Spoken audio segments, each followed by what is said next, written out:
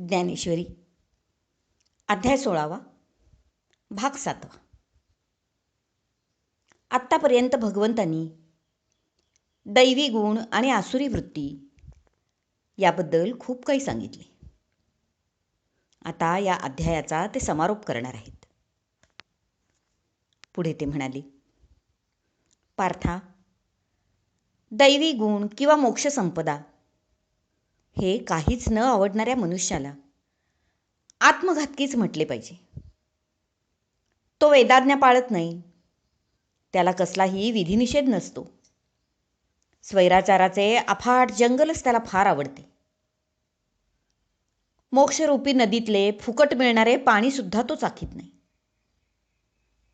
त्यामुळे त्याला ऐहिक भोगही मिळत नाहीत, तर मग पारलौकिकाची गोष्टच कशाला. या दोन्हीपैकी काहीच त्याला साधत नाही. उदाहरणार्थ तुला एक गोष्ट सांगतो. कोणी एक ब्राह्मण होता. तो मासे खाण्याच्या लोभाने कोळ्याच्या जातीत शिरला. आपण ब्राह्मण आहोत हे त्यानं लपवलं होतं आणि तो कोळी म्हणून त्यांच्या जातीत शिरला. पण तिथेही त्याला हा मासे खाऊ भ्रष्ट ब्राह्मण आहे अशी सगळेजण नावे ठेवू लागले. तो धर्मभ्रष्ट तर ठरलाच, वर चिडून जाऊन कोळ्यांनी त्याला मासेसुद्धा खाण्यास दिले नाहीत.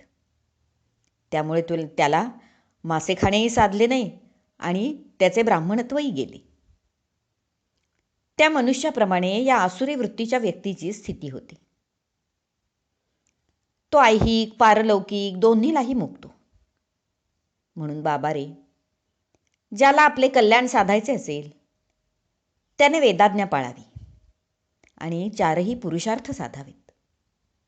मनुष्य जन्माला येऊन हेच साधायचे आहे. मोक्ष हा शेवटचा पुरुषार्थही साधायचा आहे. शास्त्राने जी काही आज्ञा केली असेल ती विना तक्रार माणसाने पाळावी. त्याचे उदाहरण घालून देण्यासाठीच तुझी योजना केली आहे पार्था. धर्माज्ञा सत्य करून दाखवण्याची जबाबदारी तुझ्यावरच आहे. शिवाय तू धर्माचा म्हणजे युधिष्ठिराचा धाकटा भाऊही आहेस. म्हणून क्षत्रिय धर्मानुसार तुझ्यापुढे जे काही युद्धकर्म आत्ता ठाकले आहे ते तू कर्तव्य कर्म म्हणून पार पाडलेच पाहिजेस. तुझे वर्तन पुढे सारे विश्व प्रमाण मानणार आहे.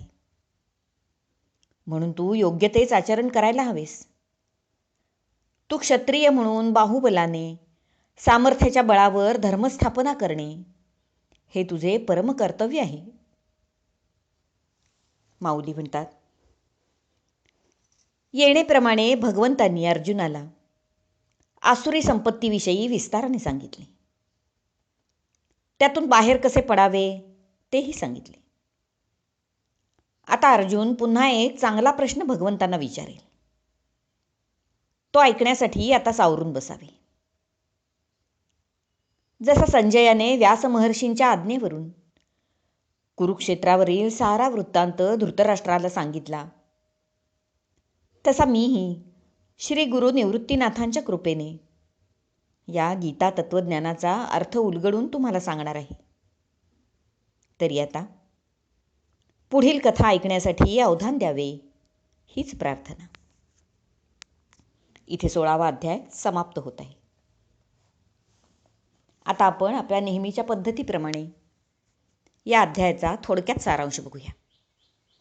या अध्यायामध्ये वास्तविक तसे काही तत्वज्ञान असे काही नाही आहे. त्यामुळे या अध्यायाचा सारांश अगदी थोडक्यात आपण पाहूया. या 16व्या अध्यायाचे नाव दैवासुर संपद विभाग योग असे आहे. म्हणजे दैवी संपत्ती आणि आसुरी. दैवी संपत्ती आणि आसुरी संपत्ती कोणती याविषयी या अध्यायात विवेचन करण्यात आले आहे. अध्यायाच्या सुरुवातीलाच माऊलींनी श्री गुरूंना वंदन केले आहे. श्री गुरु निवृत्तीनाथ यांच्यावर त्यांचे अतिशय प्रेम होते.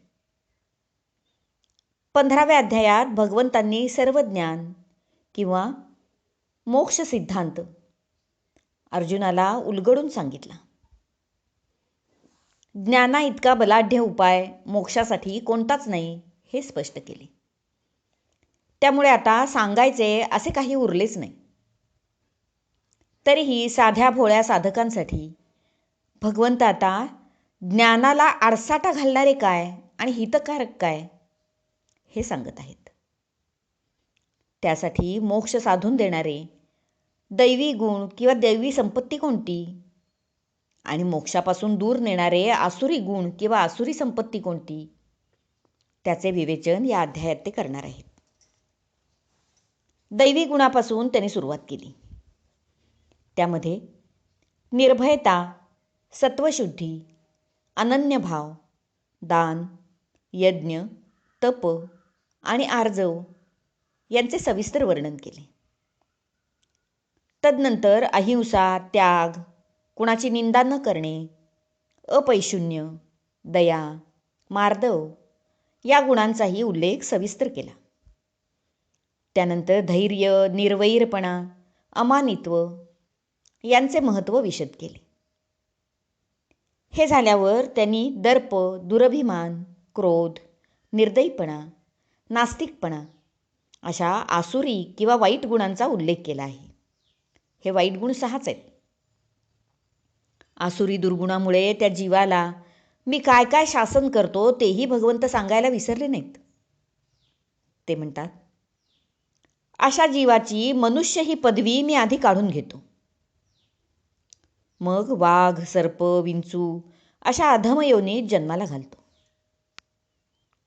पुढे मग दगड, गवत अशा जड मूढ योनीत पाठवतो.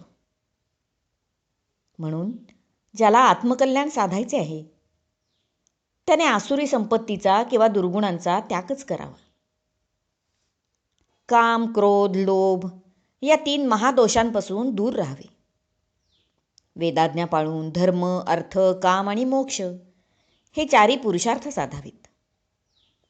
शेवटी ते म्हणाले, पार्था, तू क्षत्रिय आहेस आणि क्षत्रियांचा धर्म पाळण्यासाठी तू युद्धकर्माचा धर्म पाळून 4था पुरुषार्थ तोही साधावास. अशा प्रकारे मोक्षापासून दूर नेणारी आसुरी संपत्ती आणि मोक्षदायिनी अशी दैवी संपत्ती याविषयीचे व्याख्यान भगवंतांनी समाप्त केले. अध्याय 16वा समाप्त. हरिओम तत्सत.